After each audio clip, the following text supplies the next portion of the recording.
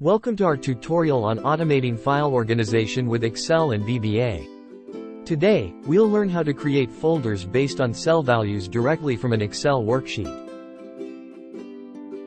Start by opening your Excel workbook and making sure the cell values you want to use as folder names are in the range B1, B6. To begin, we'll need to write a VBA macro.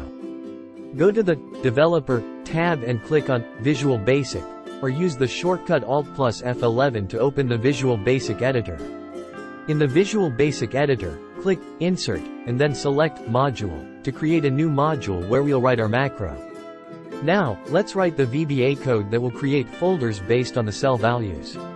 We'll paste this code into the module window. This code includes functionality for prompting the user to select a range and a destination folder.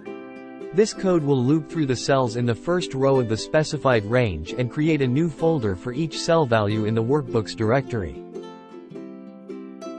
After pasting the code, click Save to store the macro within your workbook. Close the VBA editor to return to your Excel workbook. To run the macro, press Alt plus F8 in Excel to open the Macro dialog box. You will see a list of available macros. Select Make Folders, or whatever name you gave your macro.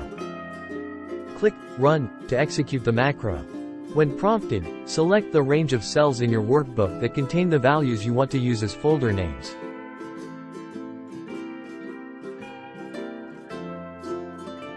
Then, when prompted to select a destination folder, choose the location where you want the folders to be created. After running the macro, check the destination path to see if the folders have been created successfully. If there are any issues, such as a folder already existing with the same name or an invalid cell value, the macro will display a message box with the relevant information. Congratulations! You've successfully created folders based on cell values using VBA in Excel. This is a powerful technique for automating repetitive tasks and organizing files.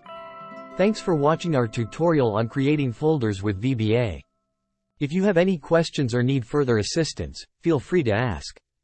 Don't forget to subscribe for more Excel and VBA tutorials.